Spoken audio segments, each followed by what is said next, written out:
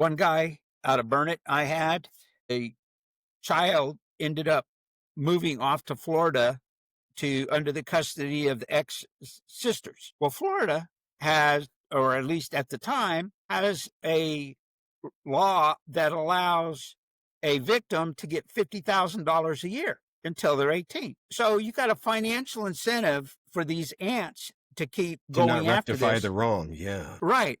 What happens is the kid now FaceTimes dear old dad. Well, this didn't never happen or anything, but you know what? I'm pregnant. And if you don't give me $5,000, I'm going to go ahead and testify against you. So, but fortunately for dear old dad, he was smart enough to capture all that. So needless to say, that got dismissed. But these kind of situations are way more than people realize what is happening behind bars here. Culture questioning, disciple making, kingdom building. That's our what, how, and why on the Just a Thinker podcast and at justathinker.com. I am your host, Bryan Bootka. Do your views on politics require coercion, or do they follow the golden rule? Do we as Christians in America support public policies that are incongruent with a biblical worldview? If so, how would we know? We say we follow Jesus as the early church did, or that we're apostolic. Yet how often do we evaluate this against what Jesus said or what we read about in the New Testament? How should a biblical worldview inform our approach to criminal justice, education, immigration, prohibition, taxes, and more from a public policy standpoint? Remember, public policy is different than what you and I do in our homes and within our congregations. We are all capable of thinking critically about these subjects, even if we're not an expert in a particular area. But are we thinking biblically about them? Are there consequences and contradictions that we may be unaware of? If so, how do we discover them unless we discuss them? Or is it possible, as believers with a biblical worldview, that we have not fully considered our approach to these subjects in light of how Jesus handled the relevant questions of his day? Should we not at least consider the possibility that our approach is influenced more by the world's norms and ethics than by Jesus? Is it possible that what Jesus said then could still have a powerful impact upon today's politics in precisely the place where ethics meets public policy? I think so. We must, as professing followers of Jesus, keep in mind that all laws, regulations, and ordinances are enforced by the legalized use of coercion. Consider what Jesus said to believers who are in a country occupied by a foreign superpower. Observe those who bring about harmonious relationships between opposing people. They are assuredly fortunate with the good life, for they shall be called sons and daughters of God. The good life, the kind of blessed life, the flourishing life that everybody desires to have. Jesus said it is for the peacemakers, not the Machiavellian power colluders who are playing for all the right angles, scheming for all the advantages and securing whatever they can for themselves. No, not them, not the moral legalist either, who are so diligent to keep themselves untarnished by the messiness of life. No, not them, not the isolationist who retreats far away from conflict, nor the armed revolutionary so confident in their just cause. No, to Jesus, the good life, the blessed life, that life which flourishes belong to those who step into the messiness of all of this and attempt to bring about some harmony from the conflict. Those folks, the risk takers, they are living the good life. Will they be successful in their attempts for peace? Perhaps. That doesn't diminish their flourishing, because the flourishing is in the doing, not necessarily in the successful outcome. Those in conflict may have reasons to keep the conflict alive. Consider the foreign military officer, that Roman commander, and the local revolutionary fighter, the Jewish zealot. One or both of them may have seemingly rational reasons for not wanting peace. Nevertheless, a peacemaker will try to bring these two opposing sides together in some kind of harmonious relationship. This is no trivial matter. And even if those two directly involved truly appreciate the peacemaker, many others within the wider sphere of political influence may not be so pleased. Okay, so you ask, what's the point? Everyone has reasons to justify their strong opinions of opposition against one another.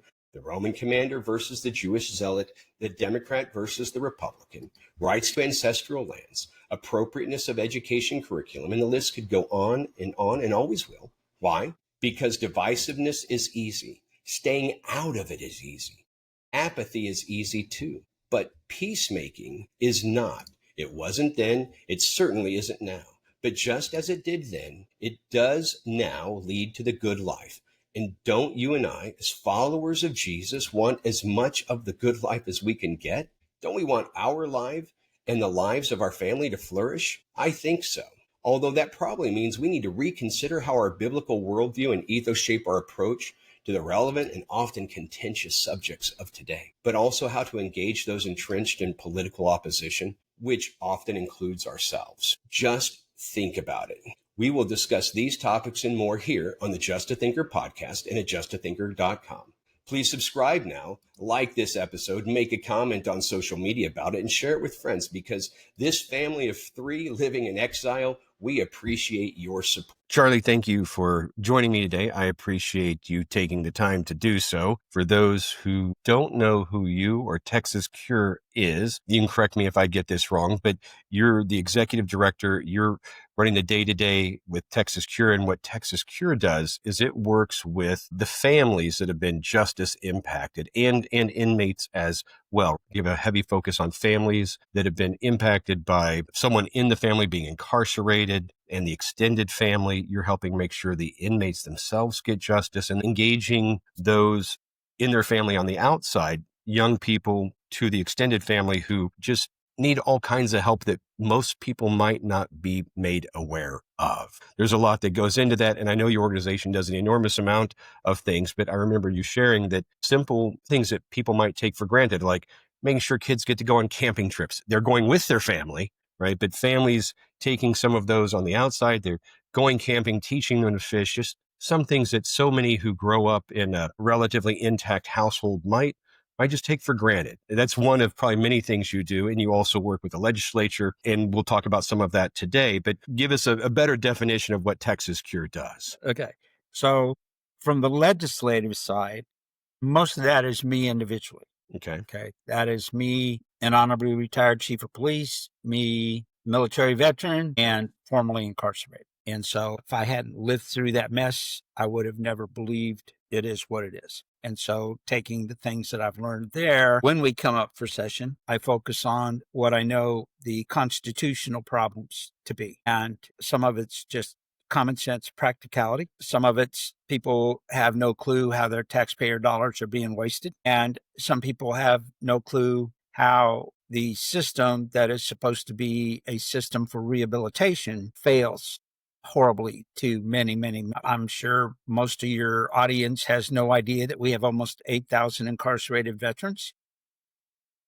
Yeah. About a third of them should have gone to treatment court. Election year, bad judges, bad lawyers, overzealous district attorneys, they end up in the Huskow. And so working to address those. We have treatment courts, but I don't feel that they're being utilized to the fullest effect. And for those who might not know, a treatment court, that would cover a wide variety of things. Maybe someone who needed maybe alcohol or drug abuse treatment or mental health issues. Is that what those Okay, so address? they call it a specialty court. And generally there's, I believe they said, like 5 branches of the specialty court. You got veterans court, you got alcohol, you got drug, substance abuse, family. So there's different aspects of the specialty court. And I believe we have 28 across the state that are in different places. And then they focus in a regional or geographic area. And right. So there are times that someone ends up in, call it regular prison, but because of what they were convicted of or accused of, would have been better suited, again, maybe in a veterans court, or if it would have sent them to a place to get better help or rehabilitation than just putting them into a regular prison, correct? Yes. As an example, I had a fellow who was a military veteran, and it used to be they didn't hold DWIs against you beyond 7 years. Now it goes all the way back to you're 18 years old. And so, just to pause there for a second, that's pretty important. 7 years is a pretty long time, but if you were 21 or 22 or you were 19 or, if you were in your earlier years of life, 7 years when you're 21 seems like a long time. But if I'm 50, or I'm 51 now, but if I had that same issue when I was 21 or 22, I changed my life. And then if I'm 50, goes all the way back to that 18 years old, you said. So that's something that the general voter taxpayer of Texas probably just doesn't think about how significant that change in the law that you're mentioning is. So you've got the man that was in the military, sorry I interrupted, but we've changed the law. Instead of looking back 7 years, it goes all the way back to, you said 18? Yeah.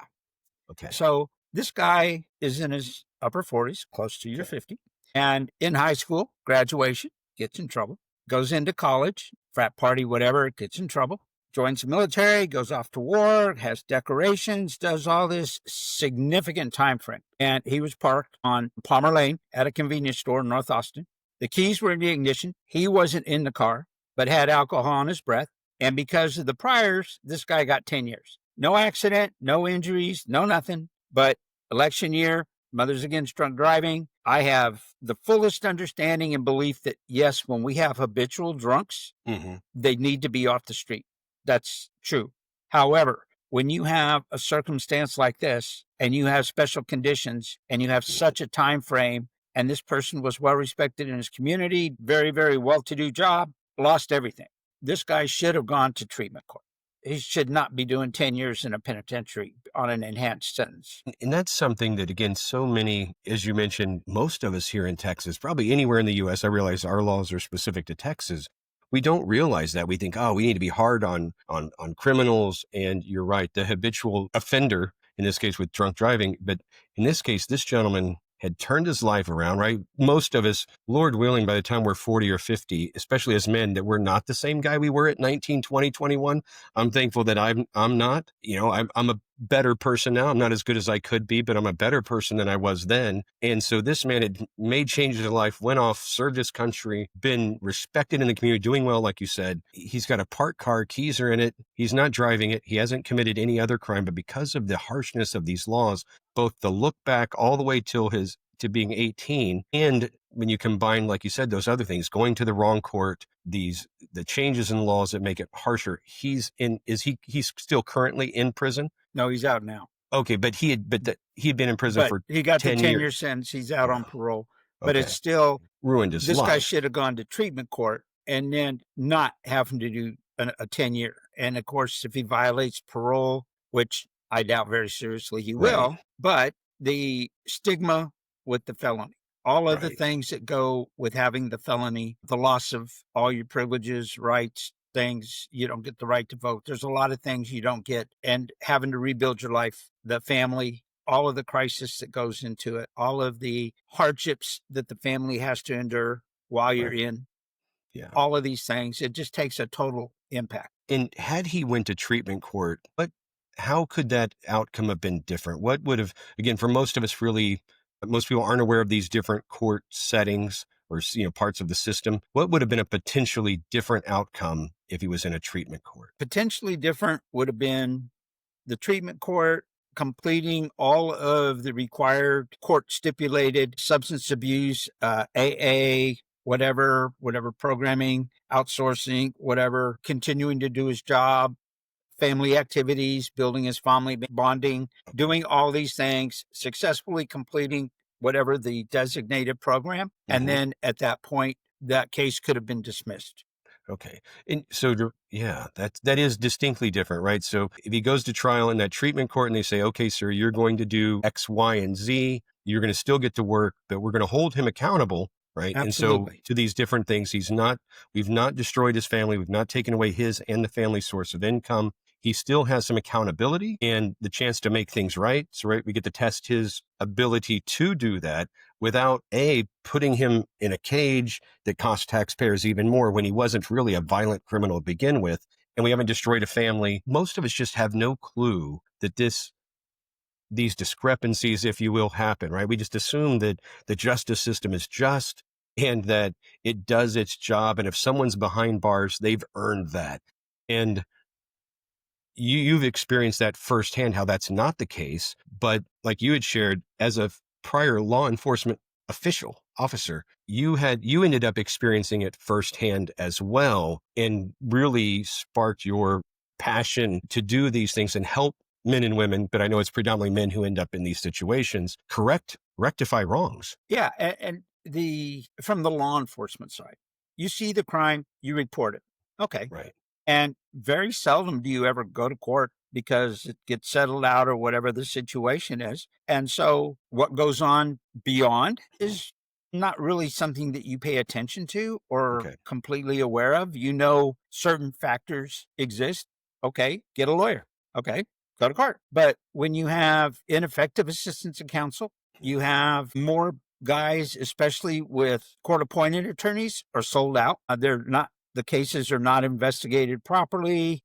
There's all kinds of issues. Some of these guys work for the DA and they're still best buds, and I'll trade you a deal. I got a better one over here that I want to get out. This guy paid me a bunch of money. This guy's just on the hook. And all these backdoor deals go on. There's another fella who is in the Texas Civil Commitment Center at the moment, and he's in for 2 sexual assaults. He's been in prison and the Civil Commitment Center for 37 years. Going all the way back to 2007, they found out that in one of his cases, he never touched the girl. She made official government statements. He did not touch me. It was not him. He did not rape me. You have an actual innocence. This guy is still being held, going all the way since 2007. Okay, so and right now there is a wow. filing for an actual innocence, trying to get it through. It's in Bexar County, and the court is slow. But the government has known since 2007, and here we are, 2025, and that this guy is innocent of this crime. And the other was, what do they call it, the Romeo and Juliet, where the kids were kids and consensual, and a parent got mad. But the bottom line is the law allows that if they're less than 2 years. And so that came up as well in all of this investigation. So now you have 2 situations where this guy spent 37 years in a prison that he should not be spending time in. And this is absolutely absurd that the system is the way that it is. And this isn't the only case that you have. Right. I've got experiences, say, in a family law, domestic violence case. And this happened when I was at the DIBO unit. I got exposed to a bunch of guys because they all came together because of a class action lawsuit. So they all ended up at the facility, and I was the lawyer for everybody. And so they're like, what can I do? Well, what do you mean, what can I do? Well, here's my case. So I have domestic violence with contact. Okay. But there was no contact. And here's the situation. So my wife at the time and I got into an argument. Okay. And this wasn't just one case. The names changed, but the circumstances were the same. And so it's like, okay. So I picked up a plate and I threw it, but I threw it at the wall over here. She picked up a glass and threw it, but she threw it at the wall over here.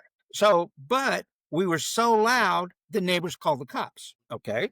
Cops showed up. She's angry. They look around and they say all the stuff on the floor. Right. And she yells, he hit me. He beat me. So now the guy, he's yelling, I did not. He goes to prison. Now the guy has the family violence. We fast forward past the trial. We fast forward to 2 or 3, 4 years into incarceration. And he's like, my problem is she is out going to clubs, going to the different places, and now publicly bragging how this never occurred, that she was just pissed at me, and now I'm doing time. How do I fix this? Right. So it's like, okay, here's what you got to do. But it wasn't just one person. And so back to potentially bad lawyering, that kind of stuff. I didn't get into the meat of how it was investigated, but here's what you have to do at this stage to work to fix that injustice. And so we have a number of those guys. I have a number, which I think you might have heard this story, of grandparents raising grandkids. People love to say, here's how our company gives back. Sounds generous, right? But have you ever thought about what that really implies? Give back assumes you took something that wasn't yours. Like the government or society was the source of your success, and now you owe them. But when I mow your lawn and you pay me $50, that's not theft. That's a voluntary exchange. If you hand me $100 bill and I give back 50 in change, that's not generosity, that's just honesty. Real giving isn't repayment. If we give back to anyone, it's Jesus, because he's the source of all we have. So when your business gives in the community, don't act like you're refunding what you overcharged. Just give. Period. So maybe instead of giving back, let's just give. Follow Just a Thinker for more faith and reality checks. Yeah, this is And important to tell. Yes. this one's important. So I have grandparents that are in for sexual assault on a child.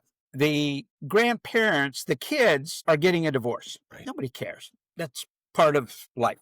But everybody cares about the grandchild. With several of these, they're public events. And I'm talking about like a wedding, family reunion, high school graduation football, whatever the case may be. The grandparent is there with the child, and the adverse parent shows up because it's their turn to pick the kid up for whatever. And as the child is hugging the parent, you grabbed him here. You grabbed, no, he didn't. Yes, he did. No, he didn't. Yes, he did. And so the grandparent, while arguing this, also doesn't want to put a stigma on a child. Either way you look at it, this guy now is doing significant time for sexual assault on a child. And then I have multiple of these cases where the child has now grown up and now saying that never happened. I was forced into saying that happened. And how do they work to fix that? So some of these cases were in the process of working to fix. One guy out of Burnett, I had a child ended up moving off to Florida to under the custody of the ex-sisters. Well, Florida has, or at least at the time, has a law that allows a victim to get $50,000 a year until they're 18. So you got a financial incentive for these aunts to keep To going not after rectify this. the wrong. Yeah. Right. And so what happens is the kid now FaceTimes dear old dad. Well, you know, this didn't never happen or anything, but you know what? I'm pregnant. And if you don't give me $5,000, I'm going to go ahead and testify against you. So, but fortunately for dear old dad, he was smart enough to capture all that. So needless to say, that got dismissed. But these kind of situations are way more than people realize what is happening behind bars here. And I think that's probably the difficult thing for most of us to really comprehend and wrap our minds around, so to speak, right? Because as you mentioned, these examples are one of many, not one of few of just the rarities. It's far more frequent than most people realize.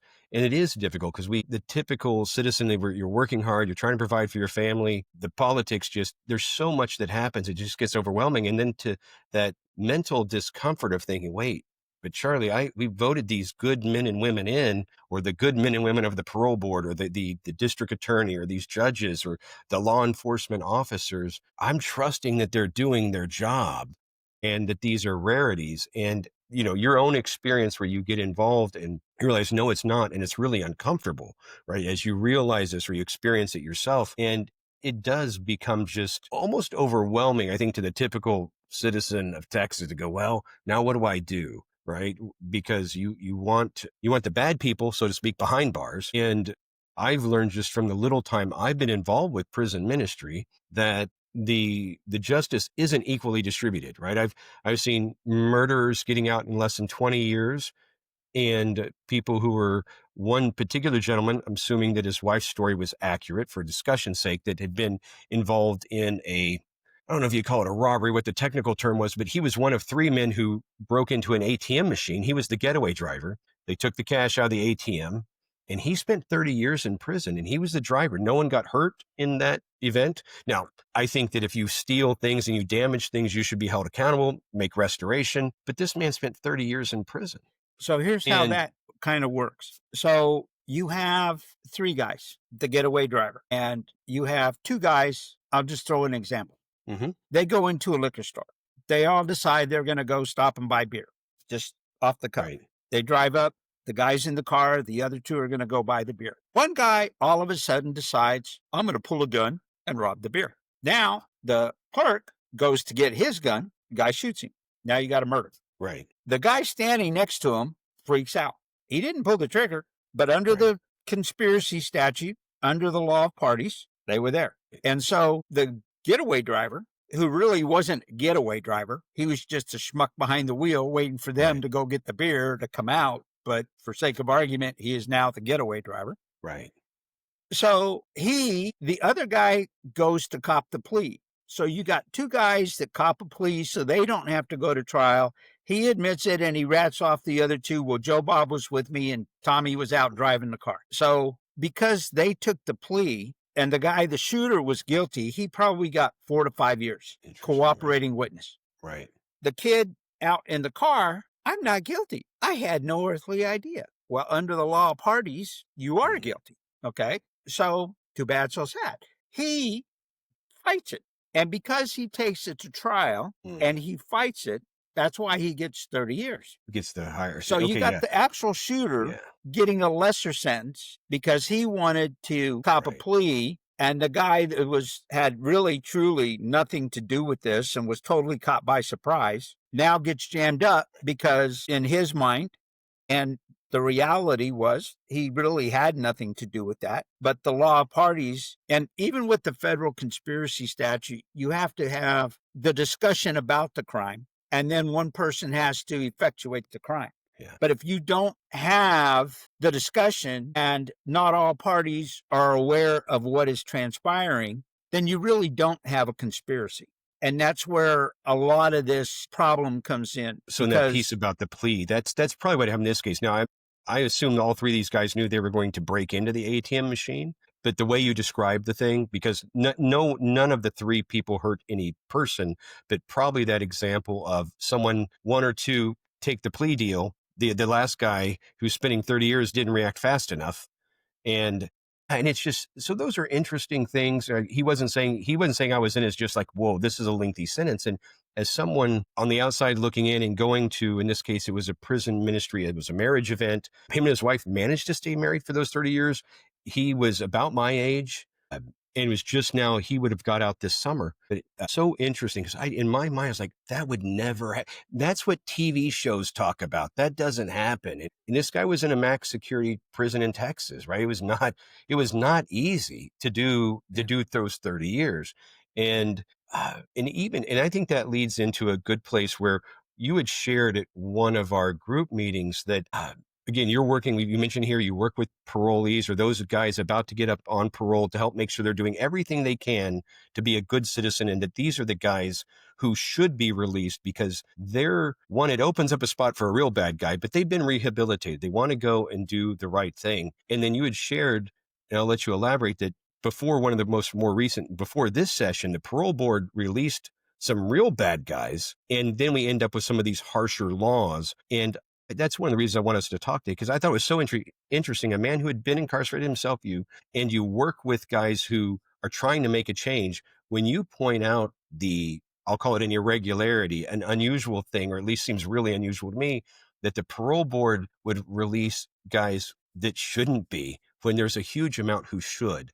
I was like, no. Again, it's just, most people don't think about that. So do you mind sharing a little about what I'm talking about? This might have happened many times in Texas. I'm not sure, but it certainly is something worth discussing. As a law enforcement, you're a trained observer. Okay. My military trained observer. When something's not right with this picture, pay attention. Situational awareness. And so, pardon? Situational awareness, right? Exactly. And so I got kicked out of prison in 2018, June 1st, 2018. June 2nd, I became an advocate. So I was there for the 2019 legislative session. So we were working to push for independent oversight because there is no effective outside the agency. TDCJ is its own police, its own everything, and there's no outside accountability. And so we were pushing to get a true bona fide independent ombudsman's office, which really truly does need to happen to fix a lot of constitutional wrongs within the TDCJ. And so I bet most Texans would think we have such a thing. I wasn't even. Well, we have an office of the independent ombudsman, so everybody believes that, but it's not independent. Okay. It is under the Board of Criminal Justice. It used to be TDCJ until it looked like we were going to get a bill that actually had it removed. And then they came around the back door and said, well, you don't have to file the bill now because we're taking it out of TDCJ and we're going to move it under the Board of Criminal Justice. And it's separate. It's separate, but it's not separate. They don't investigate crimes against the inmates or other officers. There's all kinds of things. It's not an actual independent ombudsman. So there is a problem there. But one of the things that was coming up was parole, good time. Because as you're in the prison ministry, you see people that are trying. You see Right. guys Yeah. that, try to get rid of their gang tattoos and have really converted and are really committed to rehabilitation. Yes. And so we're working on this. And I noticed that about 6 months before we went into session, a whole bunch of violent inmates were released, but not necessarily. I just knew that they were released because what had happened, I saw them being released, but nothing happened until we got to session. And then in the hearings, as we're talking about parole, well, Joe Bob was released on parole and he went off and he killed somebody. And this guy went off and robbed somebody. And this guy did this. And we just can't let all these violent criminals out. And so good bills are getting killed. And so I saw it in my second session. And then in my third, I went and I did an open records because it's like something's wrong with this picture, really, really wrong. And what's going on with this picture? And so I did an open records from January to July of that year. And it came back. It was 1,733 violent offenders, first release, no review. And then It sounds pretty clear. The first release and no review. For those who might not be. In other words, their first time up for parole, they're released, no, just gone. You're done. And with that, the no review does that mean that the parole board's not checking with the warden or the chaplain to say, is Joe Bob That's really how reformed? I interpret it. Yes. Okay. That's how I interpret it. Okay. There was no parole packet. There was nothing. You come up for parole. We're just letting you out. Here you go. Okay. And so the next thing we have the guy that kills the U.S. deputy marshal and the dog over in Houston. We got a guy that's a sex offender who rapes and kills a little girl. We've got all these guys now committing violent crimes. And so now, all of a sudden, all of this is now being thrown back in everybody's face. We have these murderers. We let them out. Now we have this new no bail law for all these violent people. And it's like, okay, so we have the government setting up failure. And for those people that are really, truly trying, you're literally closing the door on their face. Right. You can't manage the prisons. You're overcrowded in the jails. And now you're taking qualified people. We've got almost 40,000 inmates that should be out of prison working, being productive, rehabilitating, and they're not getting their parole because of stupid stuff like this. That's a lot just to think about, to underscore that number. So you and your group and other groups are working with inmates that are coming up for parole. They're doing the work, right? There are classes, there are different things that inmates need to do to qualify for parole. It's not that there are 40,000 people in Texas prisons. There's 40,000 people who are potentially able to be, that should be released because they've done the work. They're showing the rehabilitation, and we're not. And at this last session, 1,700 really bad guys were let out that shouldn't have been. Correct. And yet even if we'd have let out 1,700 of the right guys, that would have still meant there was almost 38,000 that would be in, tell me this right, the leftover 38,000, they would still be safe in society because they're showing that they're doing the work. It is completely messed up. We're not only we're letting out the wrong guys while we have an enormous, 40,000 inmates. That costs taxpayers tens of millions, hundreds of millions of dollars a year. It's an enormous amount of money. Yeah. And the jails are backlogged. Got people, when you come out on parole, unless you're medically exempt or you're really, really old, you have to work. So you got people that don't want to go back, that really want to work. They do have skills. Look at all our veterans. And people are hurting for employees. Right. Yes. And we've got a skilled labor pool that we can't get out there to get to work. And it's just the medical and all kinds of stuff. And so one of the things that I argued this last session, and I'm going to go back again, another one of these critical observations of government stupidity. We have a civil commitment center. Okay. So let's say you decide I'm going to go commit suicide. I'm tired of life. You can be civilly committed, evaluated by your family, and civilly committed to Shoal Creek in Austin or one of the psychiatric wards or a therapeutic behavior center, whatever. The Civil Commitment Center in Littlefield, Texas, is dedicated to sexually violent predators with a presumptive mentality to commit a violent crime. Okay. So we're literally spending over $200 million on 500 residents, which I know of at least 8 are actually innocent through working as a contract paralegal circumstance in my advocacy. This is the Hotel California. You check in, but you can't check out. The law says that you have a statutory 4-tier progressive therapy. And then your 5th tier is your outpatient, ready to go back to society. Out of the 500 some odd people, more people have died in there since 2015 that have been released. Wow. And there's only been like 17 people released since 2015. Whoa.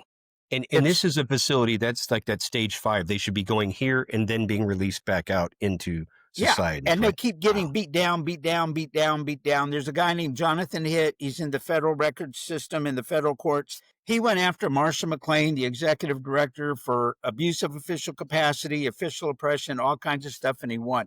They let him out. They let him go live in whatever state he's in now because he was winning. There really should have been criminal prosecution in this case. And so what I've been proposing to the state, and I'm getting a little interest here on the House side, but everybody does this on the other side. So we're spending $200 million of taxpayers' dollars on 500 residents. The Texas Tech University and University of Texas, UTMB Galveston, are the 2 state medical training facilities, 2 state universities, and they are both responsible for inmate medical, which is everything, including psychiatry, psychology, everything. Texas Tech is west of 35, UTMB's east of 35. One of the things, and going back to these violent predators that were released with no review. So we are only focusing on sexual predators for the Civil Commitment Center that have a presumptive mentality to repeat a violent crime. What we're missing are all of these guys that went and killed the dog at Lopez, the guy that escaped, all these guys. You got guys in there that have been in prison 9, 8, 9, 10, whatever amount of times, aggravated robbery, murder, multiple murders, aggravated assault with a deadly weapon, aggravated. The state has, it looks good on paper because we have a therapy program, but you got a guy that's been down 20 some odd years, 9 different times, all aggravated cases. And only in the last year, he gets to go to this little 6-month class that is this therapy class because he's now going to be rehabilitated. Right. How stupid is that? So I have proposed, and I will continue to propose, and I hope the public that hears this really listens to this. That $200 million that we're spending on a for-profit private corporation for 500 people of taxpayers' dollars needs to be better spent to disband that unit. All of those guys that are there need to be independently reevaluated, and every one of them that is qualified needs to go to their respective counties. Every county has a behavioral therapy facility, and all of those have secure areas. They need to go there, and those that make the level 5 tier, the outpatient, and can get back to society need to get back to society. When you go into TDCJ, they already know your criminal history. That's how you get classified. They already know you're a repeat violent offender. As soon as you clear classification and you are designated as a presumptive repeat violent offender, at that point, the statutory 4-tier therapy process needs to be implemented. Texas Tech and UTMB, through their psychiatry, psychology departments, at that point, need to begin the behavioral therapy for these people. By the time they come up for parole or discharge, they should have successfully completed the 4 tiers. Right. And upon successful completion, allow them, just as when they go on parole and they're sent to a secondary AA, whatever the case may be, they can do outpatient behavioral therapy for the 6 months that the program calls for and get back into the world. And so all of these repeat violent offenders that we're now getting no bail, no this, no that, you can't keep putting people in prison forever, especially when you're not treating the disease. You can't make somebody well with a internal infection if I'm only treating because you got a hangnail. And we're missing this big picture here. Right. In that last 6 months piece, most people would, when you first mentioned this, most of us on the outside would think, wait, rehabilitation begins the day you go in. And no, I could have had that offender could have a lengthy sentence, and the rehabilitation is going to start the last 6 months. And so clearly, to all of us who are just thinking about this, like, that makes no sense. If you've been in and out of prison for a long time, frequently, and if your next stay is 10 or 15 or however many years, and you're only spending the last 6 months to change. Well, you can begin the programming within 2 years of your projected parole release date or whatever. Okay, so I got a 15-year sentence. So I spent 13 years Right. being beat down, Right. Yeah. beat down with No, no effective attempt yeah, at all for it any makes no sense. rehabilitation. Yeah. Again, the average Texan, maybe the above average Texan, we would just assume it starts early, right? And you would think, just from the management of the inmates themselves, if you start the treatment early and they start to make progress, they're going to be able not only to be a better resident of that facility, they're going to be better equipped to bring down all the challenges that come in, right? If we've started to de-escalate Brian's violent nature and the next inmate comes in, that's going to lower that tension in there. But if you don't get me working on my stuff till towards the end of my stay, we're just creating a problem that is untenable. And most people have no clue. And we'll share your website at the end, but it's TX Cure.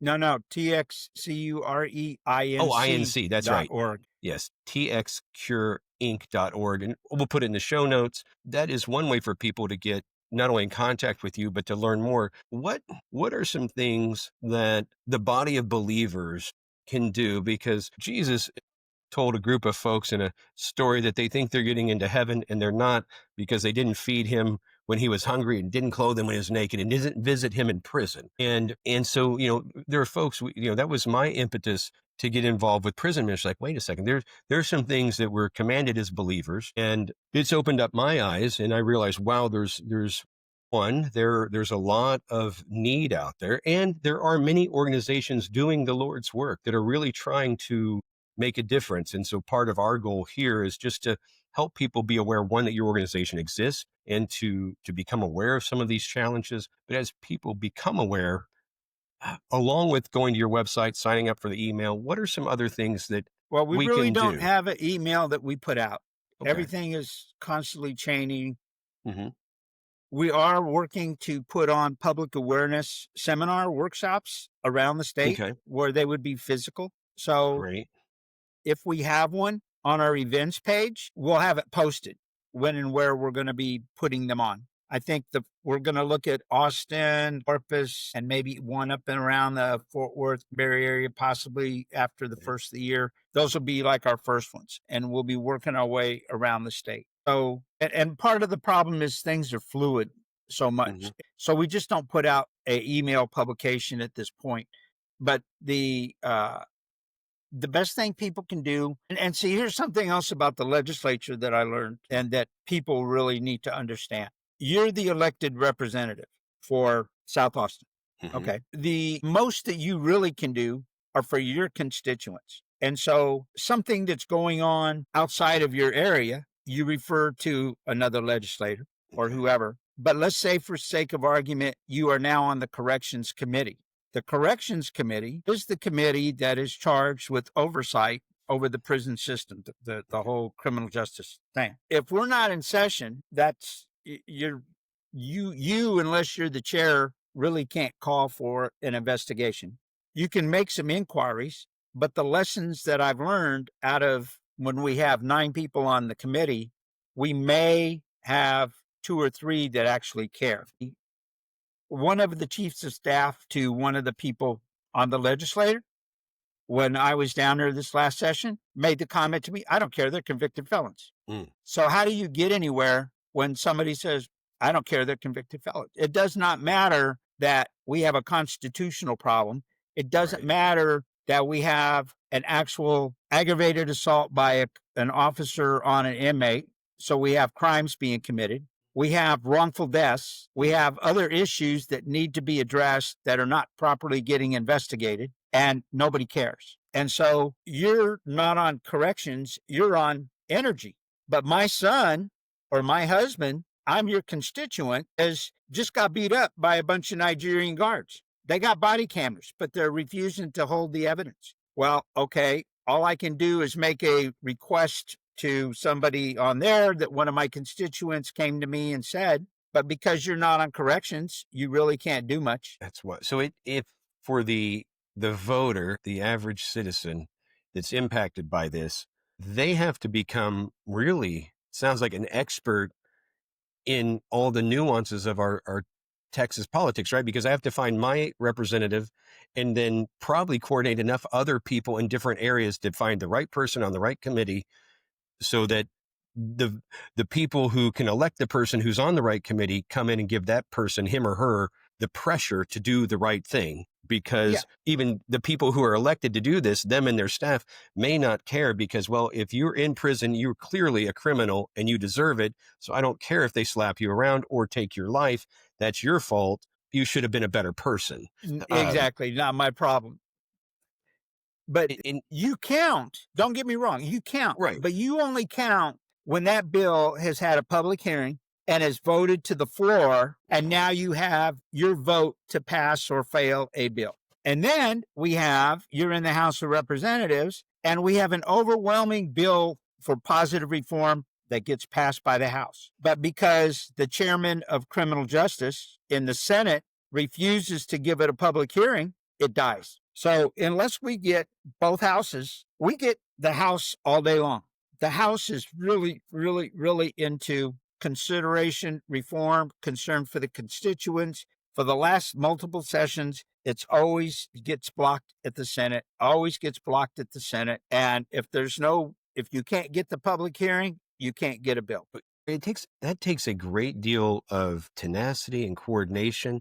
And I can appreciate, for the average person, maybe again, even the above average citizen, if my family's been impacted by this, if I've been just as impacted, at some point I'm going to be so tired. Right? I've already got my family member who's maybe in prison and not being treated correctly. As I learn the ins and outs of this, that itself is overwhelming. If I'm down there trying to fight for this and trying to coordinate the numerous discussions and whatnot, it would just be overwhelming, just overwhelming. And I can appreciate how at some point people just give up. They're like, I can't. It's challenging, even if we had a really good infographic with little pictures of all you describe. This is very complex. It is. If I didn't have my background and had not lived through this, there is no way. The average person, even the people on my board, even the people that I deal with, even within the system, it's overwhelming and complex to them. People want to try. Look at you. You're in the prisons. You got the ministry. You're doing these things. We're trying to make a difference. But even just in the little things that you and I have discussed and the stuff that you're hearing, it's like, it is unbelievable. It's like, it is. So in general, we're bringing some awareness, and I hope that other believers, as you hear this, one, certainly the number one thing we all can do is we can pray. Scripture tells us to pray for our leaders, whether you like the little R or the D or whatever's beside their name, pray for them, because divine intervention, we all need that. We can become aware. And I have found that in the aspects that reaching out in love prison ministry does, is that the inmates, many of them are very eager for people from the outside to come visit them. And they're genuinely appreciative. Like, Charlie, the amount of humility I've seen from violent men who are being reformed. Like, my goal, Charlie, is when I go in, I try to find the biggest, meanest looking guy who doesn't look like me and be his friend. Right. That way, if something goes sideways, which it hasn't, I've got a friend. But beyond that, I've watched these men who I find out often later that they were murderers have a sense of humility that is overwhelming. And you can see a change in them, and they genuinely, again, they appreciate people from the outside. So one, there's a great opportunity to go and serve and minister to those men. And then you get to learn and see what you're talking about. There are many of them that are doing the work on the inside to be able to be paroled. And I've heard, again, many of these men, after they've come to the Lord or reconnected and made a renewal with their relationship with God, have said to me, and this has been many people, just like you have many people who have been hurt and harmed, they even say, Bryan, I need to be here. And I'm like, what? I needed to be here in prison to get my life right so that I could be, a better husband, a better father. Charlie, it's hard for us men to admit anything we've done wrong but how many that alone, and I could tell they were very sincere, right? Because I'm not on the parole board. I can't help them. But these were men who were like, yeah. And I remember talking to one guy, Moses. Moses has been incarcerated for about 10 years. He goes, well, 2 years ago, I came to the Lord. And he goes, I realize I need to be here for all those reasons. I said, well, Moses, how did you feel 3 years ago? Oh, 3 years ago, I hated this place. I said, okay, so your conversion, you're coming to the Lord. He goes, yeah, I realized that God needed to put me here so I could understand the things I need to do to be a better man, a better husband, better father. He has kids, a variety of ages, some adult, sons, and he's working diligently so that when he does get out, he's eligible for parole. I'm not sure when, but I know he's eligible to get out. He doesn't have a life sentence. I fully expect him to work very hard, along with many other men in the same way. So if people can get involved, that's good. Pray for our leaders because they need that. And for people who feel a tug, when you hear things that Charlie says, there will be people who appreciate in the nuances of politics and maybe want to get involved. And you can go to Charlie's website, find ways to get involved, because that should, as believers, these things should, I say, bother us, right? They should make us feel some compassion that, yes, we do want to protect society from violent people. And at the same time, it should really bother us when either innocent people get convicted, and that happens a great deal, far more than is comfortable We to think lead about. the United States in wrongful convictions. And that's so hard to hear. It's just so hard to hear. And it's painful. I just listened to John Grisham's book, Framed, which is nonfiction. And it was talking specifically about different cases of men on death row who've not only been wrongfully convicted, each of them were actually innocent, right? Not just wrongful convict, like these were nowhere near, and it was so difficult to hear, Charlie. It hurt to hear. It was just difficult. So these things, again, should bother us as believers. We want the bad guys in prison. We want them to get the appropriate amount of justice. We want guys, when they're doing the work, to get out and they're eligible to be made free so they can be a productive member of society. There are numerous ways to be involved. And again, hopefully just bringing some attention to it will be helpful. We'll share your website in the show notes. What may be some other things, or maybe a last thing, because we could talk about this for hours, that you would want someone to know as a believer who's probably, again, maybe they're not involved in prison ministry, maybe they've not been justice impacted, maybe everybody in their family is generally law abiding, they get the occasional speeding ticket. What would you leave them with to think about, to pray about, to do? We've adapted and implemented a youth ambassadors program. This started out for kids of incarcerated parents and grandparents. I was doing a public presentation and a CASA person was there. And would you consider CASA kids? The kids themselves are impacted. The parents are schmucks, but the kids are impacted. Our treasurer is a former CASA, and the short answer was absolutely. It's a prevention and intervention program. Mm-hmm. Our goal is to keep these kids from ending up over there. A lot of the kids don't have direction, they don't have mentors, and they don't have a lot of life skills in certain respects. Okay. And so we opened the door to the CASA kids. And then the next weekend I was doing another presentation, and would you consider kids of parents on probation? Well, yeah, of course, they're one violation away from going. So we have opened our door to all impacted kids. And this weekend, we're taking families out to Davis Mountain State Park and to the McDonald Observatory. The kids are going to spend the whole day learning about space and science. Nice. We've got another group taking some of the impacted kids to a Christmas concert in Round Rock. And so a couple of weeks ago, we went to to Cedar Hill State Park. Kids have never been fishing. We had a fishing tournament. So they got to learn how to make pancakes, and they cooked eggs, and they did all their own life skills. And then they learned how to run a hook, and they got to go fishing. And before that, we took them over to Canyon Lake. So we're working on events around the state. We took a bunch of kids to the Air Force Thunderbirds, and we actually got a youngster recruited right there on the tarmac.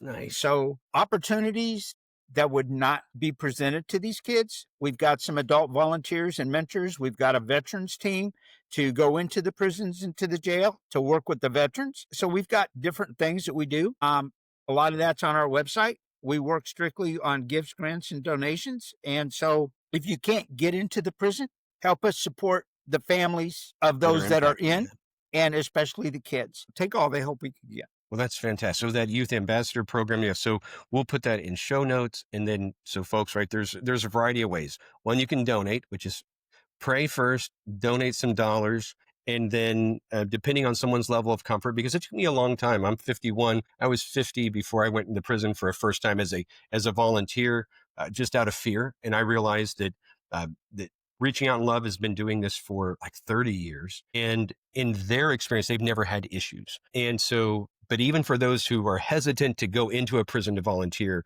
you could volunteer as an adult support for the youth ambassador program. And as Charlie mentioned, when they're Absolutely. taking families, when they're taking these kids, they're involving the family. So it's not, it's Yeah, we're pretty not light, babysitters. right? You're not right. You're not, if someone's an adult volunteer, they're not now responsible for young kids.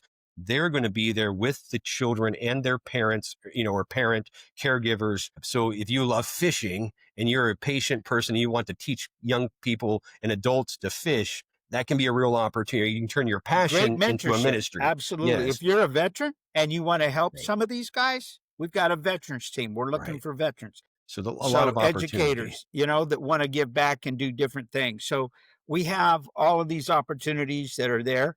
As far as don't be afraid to go into a prison, like where we met through Travis County. A Yes. jail is really a really good first place to start.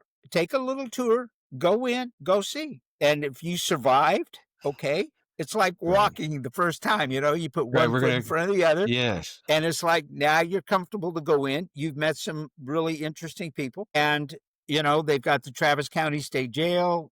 There's others around the area. And then if there's the prison ministry. So you're not just walking into the segregation section with a bunch of, psychotic Right. mass murderers hiding behind a locked door waiting for you. Right. Yeah, it is. No, thank you. That's good to point out. It is relatively organized. And yes, the Travis State Jail, the Travis County Jail, those can be great places to get your feet wet, so to speak. And you do find, like I said, my experience was, and our pastor will say it's life changing. And uh, it, it certainly was for me, because I feel like I go in, give $1 of my effort and get 10,000 or so in return, because again, when you're doing it, whether it's a prison service or you're going in for mentorship, these are men or women, if it's a women's prison or, the jail, where they're looking to grow and improve. And I found them genuinely to be appreciative. And you find those men and women whose lives they've changed in there, or they've come back to God, and it's been that wake up call. And it's a great experience for the volunteer. So you're right. There's many ways to get involved. We've got one more program that I think is really important for anybody that is an employer or works for somebody that's open minded. We are looking for second chance employers. We have all these guys that have skills. Even a janitor in prison has OSHA, has inventory, has responsibility, has skills. When they get out, they need to work. They want to work. Right. They don't want to go back. And we are partnered with Wayland Baptist University in San Antonio, the Institute of Professional Development. We have an accredited work-life experience certificate program, which is basically occupational education, and it is their knowledge, skills, and abilities. And so I would go to you, Bryan, say, I want a job. Here's my resume. These guys have the scarlet F on their head. Here's my portfolio. Take a look. This is their knowledge, skills, and abilities. We got all these veterans that have got these skills. And so when we have an employer that sees that Wayland certificate, the Texas C.U.R.E Wayland certificate, that's an earned certificate. This guy took the time to want to do this class, doing what he's doing to get parole, wants to go to work. This guy's going to show up on time. This guy's going to be committed to wanting to better his life. He's probably going to be a really good employee. So we're looking for second chance employers. In addition, that you get the work tax credit for up to the first $24,000 of their wages. You get a tax credit in addition to whatever benefits for second chance employment. Those are fantastic things. I'm glad you brought that up. Yes, as we wrap things up. So second chance employment, and really to underscore that, you mentioned what a good employee they'd be. And that's generally when I've talked to anyone involved in second chance employment, said, when you found the men and women who've done the work, the certificates, they've taken either skills they had before prison and enhanced them, or they built those skills while in prison, and that they're out and they want to stay out, and you've given them a chance at dignity, that they become really, really great team members and will be very loyal. And that is one of the things that the person who might be like, I don't know if I can go into the prison.